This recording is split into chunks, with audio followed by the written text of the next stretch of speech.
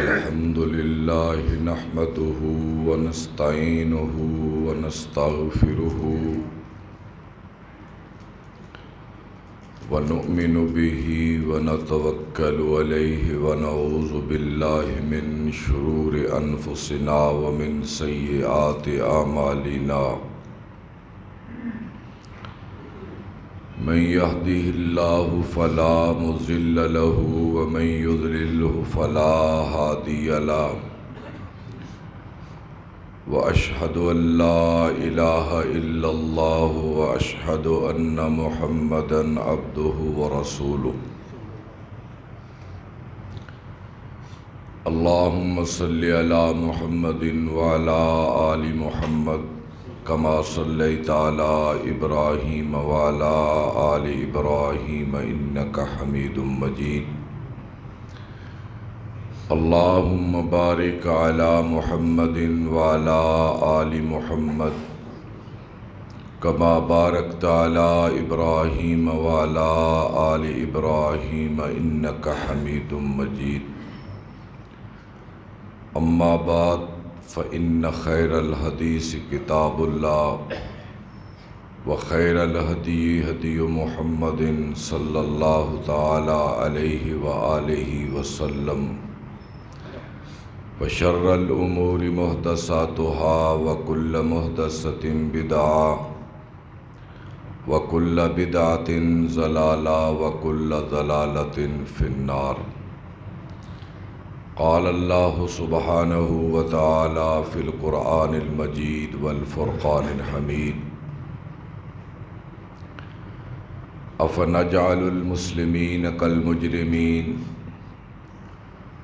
ما لكم كيف تحكمون أم لكم كتاب فيه تدرسون سبحان ربك رب العزة عما يصفون وسلام على المرسلين والحمد لله رب العالمين آمین۔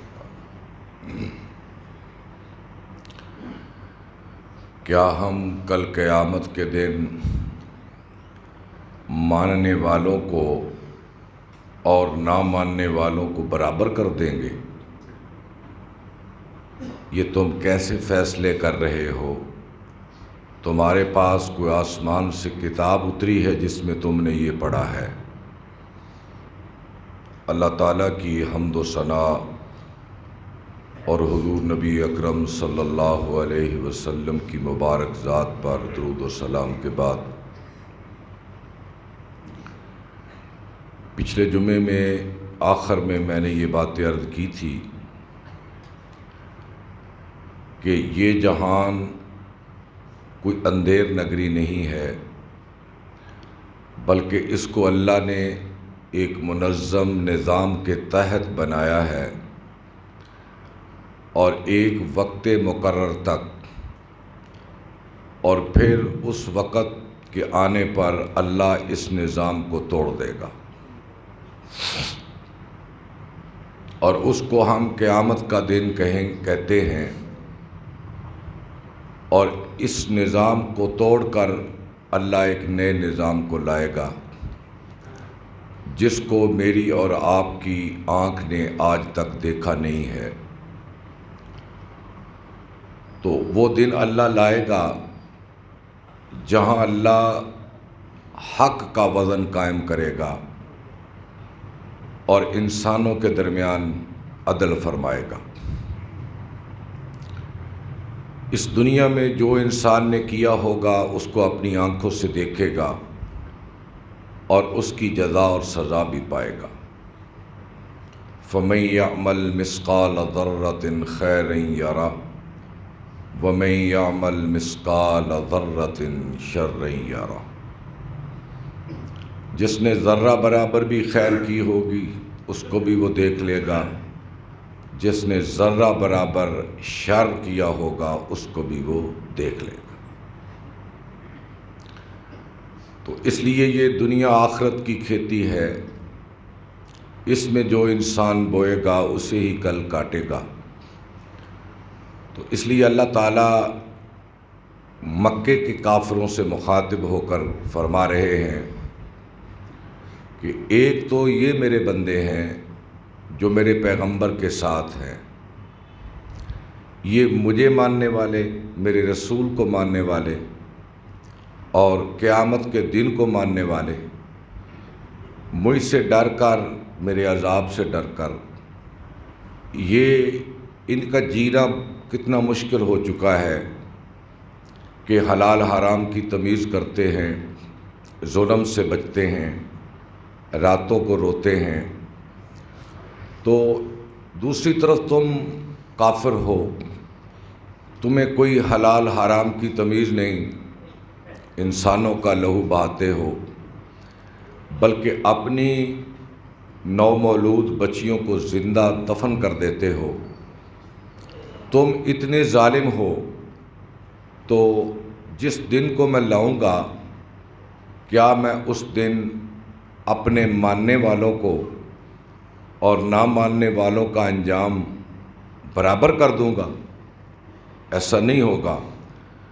اللہ تعالیٰ نے اس کا ایک چھوٹا سا منظر سورہ زمر کے آخر میں بیان فرمایا ہے، جو مجھے ماننے والے ہوں گے میں ان کی ایک جماعت تیار کروں گا قیامت کے دن۔ وَسِيقَ الَّذِينَ اتَّقَوْا رَبَّهُمْ إِلَى الْجَنَّةِ زُمَرًا، وہ ایک جماعت کی صورت میں جن کے چہرے 14ویں کی چاند کی طرح چمک اور دمک رہے ہوں گے، بڑے اطمینان سے میری جنت کی طرف بڑھیں گے۔ جب وہ اس کے دروازے پر آئیں گے تو وہاں میرے ملائکہ کھڑے ان کا استقبال کر رہے ہوں گے اور انہیں سلام کہیں گے، سلام طبتم فادخلوہا خالدین، اور انہیں اس کامیابی پر مبارک دیں گے۔ اور دوسرے وہ لوگ جو دنیا میں مجھے نہ مان کر چلے تھے، جنہوں نے اپنی مرضیاں کی تھیں، ان کے متعلق اللہ فرماتے ہیں وَسِيقَ الَّذِينَ كَفَرُوا إِلَى جَهَنَّمَ زُمَرًا حَتَّى إِذَا جَاءُوهَا وَفُتِحَتْ أَبْوَابُهَا وَقَالَ لَهُمْ خَزَنَتُهَا أَلَمْ يَأْتِكُمْ رُسُلٌ مِّنكُمْ يَتْلُونَ عَلَيْكُمْ آيَاتِ رَبِّكُمْ وَيُنذِرُونَكُمْ لِقَاءَ يَوْمِكُمْ هَٰذَا، کہ جب کافر نہ ماننے والے دوزخ کے دروازے پر آئیں گے تو دوزخ کے داروغے کہیں گے أَلَمْ يَأْتِكُمْ رُسُلٌ مِّنكُمْ، تمہارے پاس رسول نہیں آئے تھے؟ یتلون علیکم آیات ربکم، وہ تم پہ اللہ کی آیتیں پڑھتے تھے، وَيُنذِرُونَكُمْ لِقَاءَ يَوْمِكُمْ هَٰذَا، اور وہ دنیا میں تمہیں بتاتے تھے کہ یہ دن آنے والا ہے، اس کے لیے کچھ کر لو۔ تو اللہ کی ذات ان کو دوزخ میں پھینک کر فرمائے گی اب تم اس میں ہمیشہ ہمیشہ رہو۔ تو اس لیے میرے بھائیوں، ہم نے کلمہ پڑھا ہے اور کلمہ پڑھنے کے بعد ہم ایمان لائے ہیں قیامت کے دن پر کہ وہاں ہم اپنے کیے کا پائیں گے، وہ جزا بھی ہوگی اور وہ سزا بھی ہوگی۔ جو اس دنیا میں جو کر کے نکلے گا وہی پائے گا، لیکن اللہ کی ذات قیامت کے دن حقوق العباد میں سب سے پہلے جس کی کچہری لگے گی وہ قتل ہوگا۔ وہ آپ کو شاید یاد ہو، میں نے آج پڑھی تھی سورہ اذا الشمس کورت، سورہ تکویر کی، کہ اللہ تعالیٰ فرماتے ہیں قیامت کا دن وہ ہے جب زندہ دفن کی گئی بچی سے پوچھا جائے گا بتا بھی تجھے کس جرم میں قتل کیا گیا، اور وہ لڑکی، وہ بچی خون میں لت پت اللہ کی بارگاہ میں آئے گی جن کو مکے والے زندہ دفن کرتے تھے، اور آ کر کہے گی اے میرے پروردگار مجھے میرے قاتل سے پوچھ کر بتا، میرے باپ سے پوچھ کر بتا اے اللہ۔ یہ شکایت کا ایک رنگ ہے، ایک ڈھنگ ہے کہ یا اللہ مجھے پوچھ کر بتا بِأَيِّ ذَنبٍ قُتِلَتْ، کہ جب میرے باپ نے مجھے قتل کیا تھا تو میرا گناہ کیا تھا۔ اس ایک جملے نے عرب کو ہلا کے رکھ دیا، ایک جملے نے ہلا کر رکھ دیا۔ اللہ کے نبی صلی اللہ علیہ وسلم کے پاس ایک شخص آیا اور اس نے آ کر واقعہ بیان کیا کہ یا رسول اللہ صلی اللہ علیہ وسلم، میری ایک بیٹی تھی، وہ مجھے بڑی پیاری تھی، میرے ساتھ بڑی مانوس تھی، میرے ساتھ کھیلتی تھی، اور وہ میرے صحن میں پھرتی، لیکن میں گھر میں آتا تو میں سوچتا کہ کافر کیا کہیں گے کہ اس کے گھر میں بیٹی ہے۔ یہ ملامت مجھے کھائے جا رہی تھی۔ ایک دن میں اسے ساتھ لے گیا اور ساتھ لے جا کر میں نے اسے کنویں میں دھکا دے دیا، اور وہ کنویں میں جب گر رہی تھی تو مجھے باپ باپ کہہ کر پکارتی تھی، لیکن میں نے اس کی کوئی آواز نہیں سنی۔ اللہ کے رسول صلی اللہ علیہ وسلم نے جب یہ واقعہ سنا تو آپ رونے لگے، اتنا روئے کہ آپ کی داڑھی مبارک تر ہو گئی۔ صحابہ نے اس شخص کو ملامت کی کہ تم نے اللہ کے رسول کو ازردہ کر دیا۔ آپ نے فرمایا چھوڑ دو بھائی، اسے چھوڑ دو، یہ اپنی بیماری کا علاج پوچھنے آیا ہے۔ آپ نے فرمایا پھر اپنا واقعہ دہراؤ۔ اس نے پھر دہرایا اور اللہ کے رسول روتے رہے۔ اور اس جگہ پر آپ نے پڑھا کہ بے ای ذنب قتلت، کہ قیامت کے دن اللہ اس کے باپ سے پوچھے گا بھی اسے تو نے قتل کیوں کیا تھا۔ تو نماز میں، حقوق اللہ میں سب سے پہلا جو فیصلہ وہ نماز کا ہوگا، اور حقوق العباد میں سب سے پہلی کچہری اللہ کی ذات قتل کی لگائے۔ تو اس لیے قتل ایک بہت بڑا جرم ہے، یہ اکبر الکبائر، بڑے جرموں میں بڑا جرم یہ قتل ہے، انسانوں کا قتل۔ اللہ تعالیٰ نے قرآن مجید میں اتنا سخت اس کے متعلق فرمایا ہے کہ شرک کے بعد شاید اسی کی سزا کا ذکر ہے۔ اللہ رب العزت فرماتے ہیں وَمَن يَقْتُلْ مُؤْمِنًا مُتَعَمِّدًا فَجَزَاؤُهُ جَهَنَّمُ خَالِدًا فِيهَا وَغَضِبَ اللَّهُ وَلَعَنَهُ وَأَعَدَّ لَهُ عَذَابًا عَلِيمًا، کہ جو شخص جان بوجھ کر کسی مومن کو قتل کرے گا، ہم اس کو دوزخ میں پھینکیں گے اور ہمیشہ اس میں رہے گا۔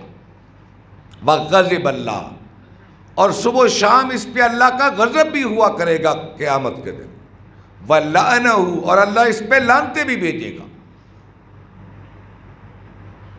وَأَعَدَّ لَهُ عَذَابًا عَلِيمًا، اور اس کے لیے اللہ نے دردناک عذاب تیار کر رکھا ہے۔ ایک حدیث میں آتا ہے، آپ نے فرمایا اگر ایک مومن کے قتل میں زمین اور آسمان والے شریک ہو جائیں تو اللہ سب کو اٹھا کے دوزخ میں پھینک دے گا۔ تو اس لیے یہ اتنا بڑا جرم ہے، اس میں مشورے سے شامل ہونا، آنکھ کے اشارے سے شامل ہونا، ہاتھ کے اشارے سے شامل ہونا، اس کے لیے مخبری کرنا، نشاندہی کرنا، راستہ بتانا قاتل کو، یعنی جس درجے پر قتل میں جس کی جتنی اعانت ہوگی اللہ اس کو بڑی سخت سزا دے گا۔ آج دیکھ لیں چند ٹکوں کے لیے لوگ لوگوں کو قتل کر دیتے ہیں۔ ہم اپنے آپ کو مسلمان کہتے ہیں، مسلمان اور پکے عاشق رسول کہتے ہیں، توحید پرست عاشق رسول ہم، یہ مسلمان، یہ معاشرہ۔ اور اس میں دیکھیں کہ نبی آخر الزمان کا کلمہ پڑھنے والا مسلمان چند روپوں کے بدلے میں ایک مسلمان کو قتل کر دیتا ہے۔ کرائے کے قاتل نہیں دیکھتے تم، ہمارے معاشرے میں کرائے کے قاتل ہیں، اس کو 10-20 لاکھ روپیہ دو، جس کو چاہو قتل کروا لو، اور یہ بھی کلمہ پڑھنے والا ہے۔ اب سوچیں یہ کیوں کرتا ہے؟ میں کہتا ہوں اس کا آخرت پر ایمان ہے، لیکن رسمی ایمان نہیں ہوتا۔ چلو جی قیامت آئے گی بس ٹھیک ہے۔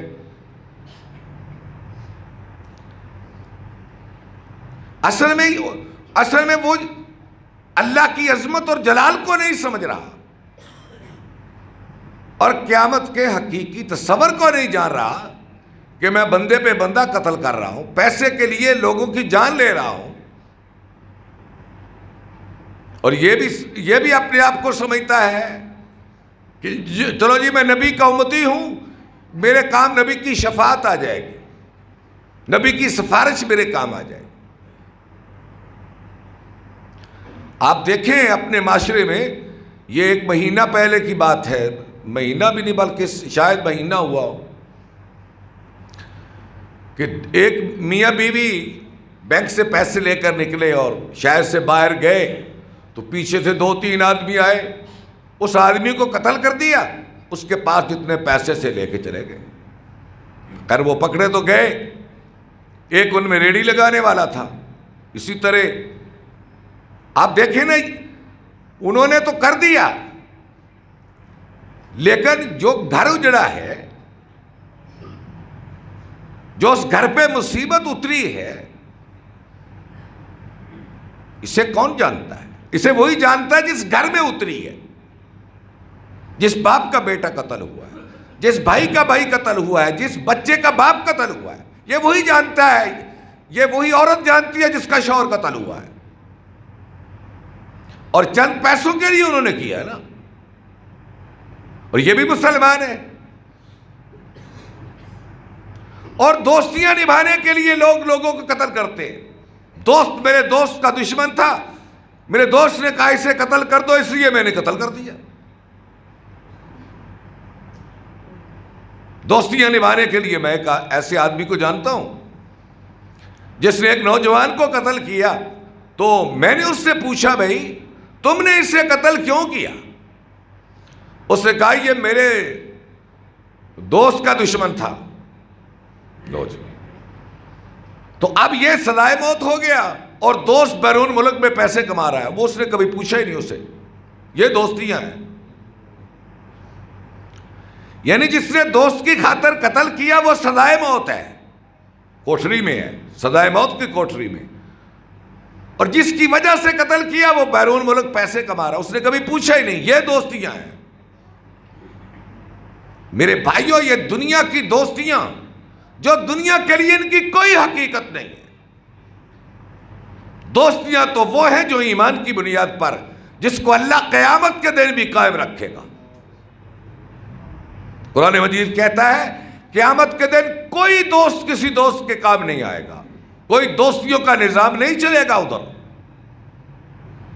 ہاں البتہ متقی ایک دوسرے کے دوست ہوں گے، اللہ ان کی دوستیوں کا لحاظ رکھے گا، ان کی دوستیوں کے بنیاد پر اللہ انہیں عطا کرے گا۔ اس لیے میرے بھائیوں، جہاں قتل کا منصوبہ بن رہا ہو وہاں نہ بیٹھے، یا قتل کی بات ہو رہی ہے نہ اس کو مت سنیں۔ ایک انسان کو قتل کر دینا کوئی چھوٹی بات ہے؟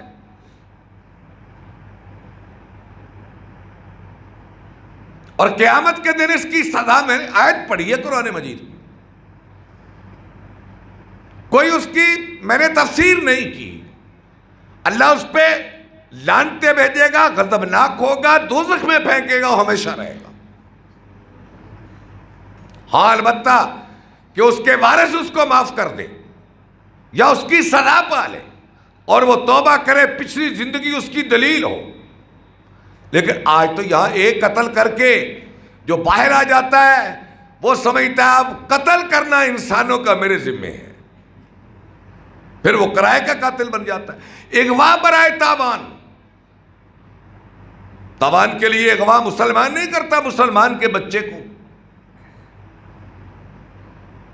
اور اس کے پیچھے میں سمجھتا ہوں جہاں بہت سارے عوامل، بہت سارے اسباب ہیں قاتلوں کی حوصلہ افزائی کے لیے۔ قاتلوں کی جو حوصلہ افزائی ہوتی ہے نا، اس میں ایک ہمارا نظام بھی ہے، ہماری پولیس کا نظام، ہماری عدالتوں کا نظام،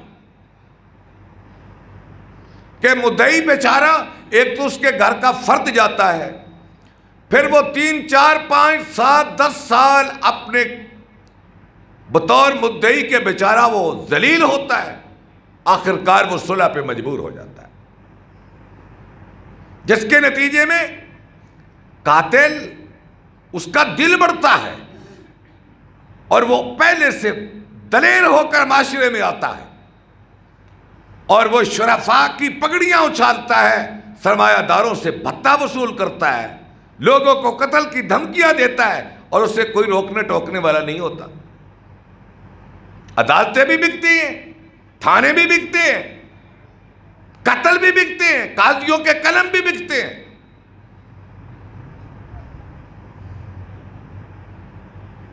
جس معاشرے میں عدل نہیں ہوتا وہاں قتل ہوتے ہیں، جہاں عدل نہیں ہوتا، انصاف نہیں ہوتا، وہاں انسان قتل ہوتے ہیں۔ وہاں طاقتور کمزور کو کھاتا ہے، غنڈہ معاشرے کا سردار ہوتا ہے، بدماش معاشرے کا معزز ہوتا ہے۔ جہاں انصاف نہیں ہوتا، جہاں عدالتیں بکتی ہیں۔ اور میں سمجھتا ہوں جس طرح حضور نے فرمایا قیامت کے دن اللہ 7 آدمیوں کو عرش کا سایہ دے گا، اس میں ایک عادل حکمران بھی ہے، عادل قاضی بھی ہے اس میں۔ لیکن اگر ایک قاضی عادل نہیں، وہ راشی ہے، سفارش پہ کام کرتا ہے، رشوت پہ کام کرتا ہے، چہروں کو دیکھ کے کام کرتا ہے، پیسے کو دیکھ کے کام کرتا ہے، اپنے اوپر والوں کی خوشنودی کے لیے کام کرتا ہے، تو یہ قیامت کے دن دوزخ کے بھی آخری گڑھے میں ہوگا۔ ہماری عدالتوں کا نظام آپ کے سامنے ہے۔ لوگ عدالت کے سسٹم سے ڈر کر عدالت میں نہیں جاتے اور پولیس کے شر سے ڈرتے ہوئے تھانوں میں نہیں جاتے، گھر بیٹھ جاتے ہیں، شرفاء بیٹھ جاتے ہیں، جس کے نتیجے میں برے آدمیوں کے حوصلے بڑھتے، سزا نہیں ہوتی۔ آج تو عدالتیں طاقتوروں کی عدالتیں اور ہیں، سرمایہ داروں کی عدالتیں اور ہیں، طاقتوروں کے لیے انصاف کے پیمانے اور ہیں اور کمزور لوگوں کے لیے انصاف کے پیمانے اور ہیں۔ اور جس دور میں دنیا میں امن آیا ہے نا، اگر اس دور کی عدالتوں کے آپ واقعات پڑھیں تو آدمی حیران رہ جاتا ہے۔ حضرت علی رضی اللہ تعالیٰ عنہ کی زرہ گم ہو گئی، ایک جنگ کی واپسی پر زرہ گم ہو گئی، تو وہ ایک عیسائی نے اٹھا لی۔ حضرت علی کو پتہ لگا وہ خلیفۃ المسلمین ہے اور ایک عیسائی کے پاس ان کی زرہ ہے۔ خلیفے کے پاس جو طاقت ہوتی ہے وہ چاہتے تو اسے بلا لیتے اور جوتے مار کر اس سے زرہ لے لیتے۔ حضرت علی قاضی کے پاس گئے، قاضی شرح تھے، اور کہا کہ قاضی صاحب فلاں عیسائی کے پاس میری زرہ ہے۔ عیسائی کو بلایا، ہاں بھائی تیرے پاس امیر المومنین کی زرہ ہے؟ اس نے کہا جی امیر المومنین کی تو نہیں، یہ میری اپنی ہے۔ حضرت علی نے سے قاضی نے کہا کہ علی کوئی گواہ لاؤ کہ یہ زرہ تمہاری ہے۔ کہنے لگے میرے پاس گواہ تو نہیں ہے کوئی۔ تو آپ نے اس سے کہا بھائی عیسائی سے تیرے پاس شہادت کیا ہے؟ اس نے کہا جی اس سے بڑی شہادت کیا ہے کہ زرہ میرے پاس ہے، زرہ میرے پاس ہے، اس سے بڑی شہادت کیا ہے؟ قاضی شرح نے وہ زرہ عیسائی کو دے دی۔ ایک طرف علی ابن ابی طالب امیر المومنین خلیفۃ المسلمین اور ایک طرف عیسائی، یہ بے لاگ عدل ہے، یہ بے لاگ عدل ہے۔ عیسائی کو دے دی اور عدالت برخاست ہو گئی۔ اور اس پر نہ خلیفے نے تیور بدلے، نہ خلیفے نے قاضی کو معطل کیا، نہ سزا دی، نہ کوئی بیان دیا، نہ کوئی بات کی۔ قاضی کے اس فیصلے کو من وعن دل سے تسلیم کر کے واپس چلنے لگے۔ تو وہ عیسائی دوڑا آیا اور آ کر عرض گزار ہوا، امیر المومنین یہ زرہ میری نہیں، یہ آپ کی ہے، یہ زرہ میری نہیں، یہ آپ کی ہے۔ آپ جنگ جمل سے واپس آ رہے تھے تو راستے میں گری، میں نے اٹھائی اور مجھے لوگوں نے بتایا کہ یہ زرہ علی ابن ابی طالب کی ہے۔ میں تو آپ کا نظام عدل دیکھنا چاہتا تھا کہ قاضی بکتا ہے یا جھکتا ہے، کیا کرتا ہے، کہ امیر المومنین کے سامنے قاضی جھکتا ہے یا نہیں جھکتا۔ میں نے دیکھا کہ قاضی نے تو امیر المومنین کا بھی لحاظ نہیں کیا، تو اس لیے میں زنا بھی آپ کو واپس کرتا ہوں، عیسائیت چھوڑ کر میں آپ کے دین کا کلمہ بھی پڑھتا ہوں۔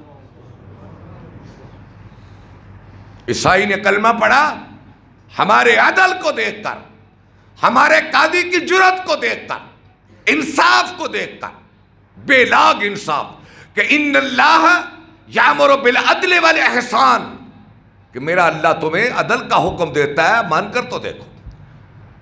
جب اس نے کلمہ پڑھا تو جناب علی رضی اللہ تعالیٰ عنہ نے فرمایا کہ اب تو نے کلمہ پڑھ لیا، یہ زرہ علی کی طرف سے تمہیں ہدیہ دیا جاتا ہے، یہ زرہ تمہیں علی کی طرف سے ہدیہ دیا جاتا ہے۔ اس قاضی کا ایمان تھا کہ میں نے اپنے اس فیصلے کا حساب اپنے خدا کو دینا ہے۔ اسے دولت کی ضرورت نہیں تھی، مال کی ضرورت نہیں تھی، اسے کوئی پرواہ نہیں تھی، وہ صرف اور صرف ڈرتا تھا تو اپنے خدا سے ڈرتا تھا۔ ایک شاہ غسان کا ایک شہزادہ جس کا نام جبلہ ابن احم ہے، تھوڑی جی آواز کام کری سیف اللہ، نالے جاگ کے بیٹھ۔ جبلہ ابن احم بادشاہ کا بیٹا، عیسائی بادشاہ، آل غسان ایک سلطنت تھی چھوٹی سی، اس کا شہزادہ مسلمان ہو کر مدینے آیا۔ اب ابھی اس کی پوری تربیت نہیں ہوئی تھی، امیر المومنین حضرت عمر رضی اللہ تعالیٰ عنہ اسے ساتھ ساتھ رکھتے دل جوئی کے لیے کہ بادشاہ کا بیٹا شہزادہ ہے، ساتھ ساتھ رکھتے۔ تو حج کے لیے گئے تو یہ بھی ساتھ، جبلہ ابن احم یہ طواف کر رہا تھا، اس نے لمبا چوغا، شاہی چوغا پہنا ہوا تھا، ایک بدو کا پاؤں اس کے چوغے پہ آ گیا، اس نے پیچھے پلٹ کر بدو کے منہ پہ ایک تھپڑ مارا۔ اس شہزادے نے وہ شکایت لے کر امیر المومنین کے پاس آ گیا۔ آپ نے جبلہ ابن احم شہزادے کو بلایا، ہاں بھائی آؤ جواب دو اس کا۔ وہ تو سمجھا کہ میں شہزادہ ہوں، میرے حقوق اور ہیں، عام آدمی کے حقوق اور ہیں۔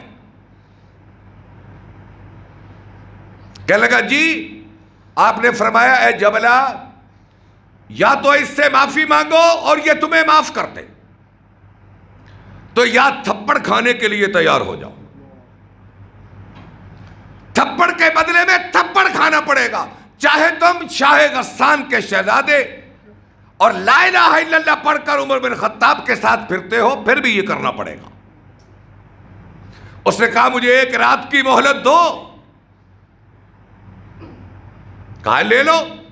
راتوں رات اب اسلام کو چھوڑ کر عیسائی ہو کر اپنے علاقے میں واپس چلا گیا اور اپنی قوم سے کہنے لگا کہ میں مسلمانوں میں ایک نقص دیکھ کر آیا ہوں، اور وہ کیا ہے کہ ان کے نزدیک ایک بدو اور ایک شہزادہ برابر ہے، ایک بدو اور شہزادہ برابر ہے ان کی نظر میں۔ یہ تھا ہمارا دین۔ اور جب عرب میں یہ عدل بے لاگ ہوا تو جو آقا انعامدار نے فرمایا تھا ایک عورت ہیرا سے چلے گی، بیت اللہ کا طواف کرے گی، سونے سے لدی ہوئی ہوگی اور کوئی شخص اس کی طرف ٹیڑھی نگاہ سے دیکھ نہیں سکے گا۔ اور آپ نے فرمایا عدی ابن حاتم، اس سے مخاطب ہو کر، اے عدی اگر تو زندہ رہا تو یہ بات دیکھے گا۔ عدی کہتا ہے میں نے دیکھا کہ ایک عورت ہیرا سے چلی، بیت اللہ میں آئی، طواف کیا سونے سے لدی ہوئی تھی، اور مجھے قسم ہے رب کعبہ کی اور اس کی عزت کی کہ کوئی شخص اس کی طرف آنکھ اٹھا کے نہیں دیکھتا تھا۔ ایک ان لوگوں کا تزکیہ نفس تھا، اللہ سے ڈرتے تھے، اور اس وقت عرب میں عدل قائم تھا، کسی کی جرأت نہیں تھی، کسی کی جرأت نہیں تھی۔ ایک طرف عدل تھا، ایک طرف اللہ کی عظمت کا جلال کا احساس تھا، کہ حال یہ تھا کہ ایک قطرہ دودھ میں پانی کا ڈالنے کے لیے بیٹی ماں سے کہہ دیتی تھی، اماں جان اگر عمر نہیں دیکھتا اس کا خدا تو دیکھتا ہے نا۔ اور جب آدمی میں یہ احساس پیدا ہو جائے کہ میرے ہر عمل کو میرا اللہ دیکھتا ہے اور میں نے اس کا جواب دینا ہے، تو وہ بڑی سے بڑی قربانی بھی دے جاتا ہے۔ وہ شخص بڑی سے بڑی قربانی بھی دے جاتا ہے۔ کیا وہ عورت نہیں آئی تھی؟ یا رسول اللہ میں نے بدکاری کی ہے، مجھ پہ حد قائم کرو، جب میں رات کو سوتی ہوں تو مجھے اللہ کے عذاب یاد آتے ہیں، مجھے قیامت کا دن یاد آتا ہے، مجھے اللہ کی دوزخ یاد آتی ہے، مجھ پہ جلدی کرو، حد قائم کر کے مجھے گناہ سے پاک کر دو۔ عورت نہیں آئی، وہ ایک مرد نہیں آیا وہ، اور جب عورت پہ سنسار کی یہ حد قائم کی گئی تو خالد ابن ولید نے اس عورت کو برا بھلا کہا۔ آپ نے فرمایا خالد اس عورت نے ایسی توبہ کی ہے اگر مدینے کے 70 گنہگاروں پہ تقسیم کر دی جائے تو اللہ اس کو بھی معاف کر دیتا ہے۔ اس عورت کو کیا لالچ تھی، بار بار حد کے لیے آتی ہے، مجھے پاک کرو، مجھے پاک کرو، مجھے پاک کرو۔ تو اس لیے قیامت کے دن پر ایمان جب آدمی پختہ کرتا ہے تو گناہوں سے خود بخود بچ جاتا ہے۔ اور آج ہمیں تو پتہ ہی نہیں نا کہ ایمان ہوتا کیا ہے، آخرت کیا ہے، قبر کیا ہے، حشر کیا ہے، برزخ کیا ہے، اور ہم نے یہاں سے جانا کدھر ہے ہمیں تو خبر ہی نہیں ہے۔ جس کا نتیجہ گناہ ہے، جس کا نتیجہ بدامنی ہے، جس کا نتیجہ قتل ہے، جس کا نتیجہ ظلم ہے، جس کا نتیجہ حقوق کا غصب ہے۔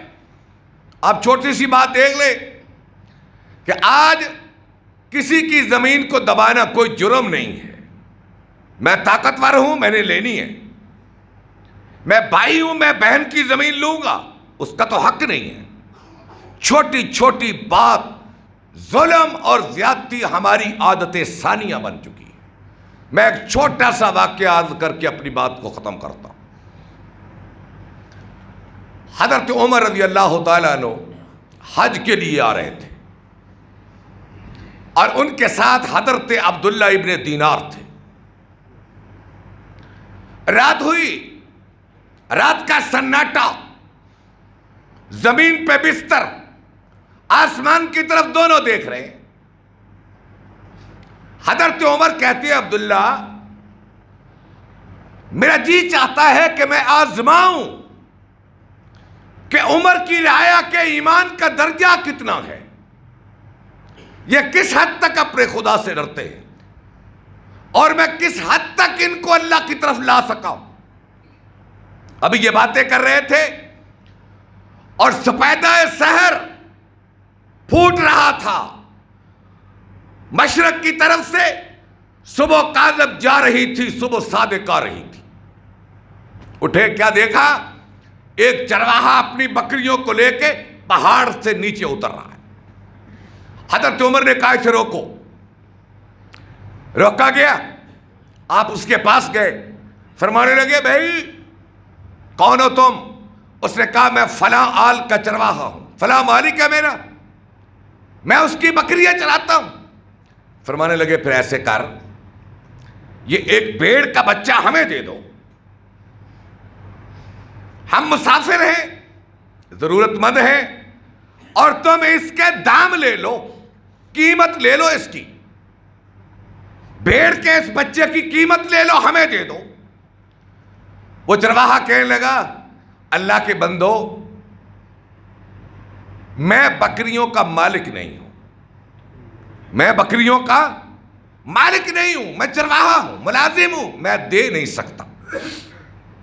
حضرت عمر فرمانے لگے برپنائے آزمائش، آزمانے کے لیے کہ یہ درہم لے لو، یہ پیسے، اور بھیڑ کا بچہ ہمیں دے دو، مالک سے جا کے کہہ دینا کہ بھیڑ کے بچے کو بھیڑیا اٹھا کے لے گیا ہے۔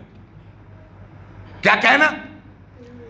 کہ بھیڑ کے بچے کو بھیڑیا اٹھا کے لے گیا ہے۔ وہ چرواہا کہنے لگا اللہ کے بندے، اگر میں اپنے مالک کو یہ کہوں نا کہ بھیڑ کو بھیڑیا اٹھا کے لے گیا ہے، تو میرے مالک نے بڑے آرام سے اس کو مان لینا ہے، کیونکہ میرا اعتماد ہے پورا، وہ مان لے گا۔ لیکن مجھے یہ بتا کہ آسمان والے کو منائے گا کون؟ اس رب کو کون منائے گا جو میرے اچھے اور برے احوال کو دیکھ رہا ہے؟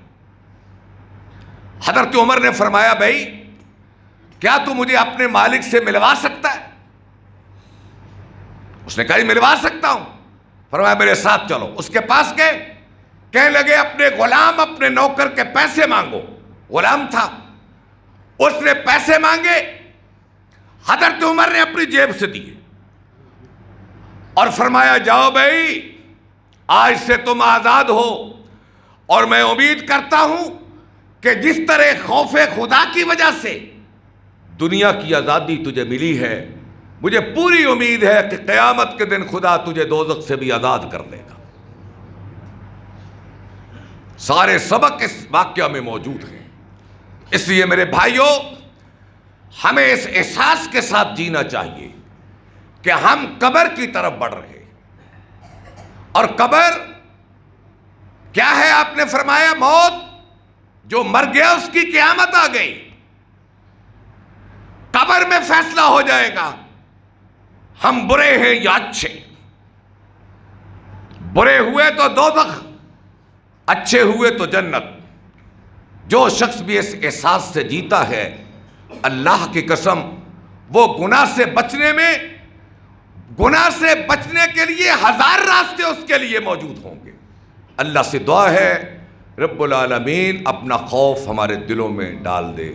وآخر دعوانا الحمدللہ۔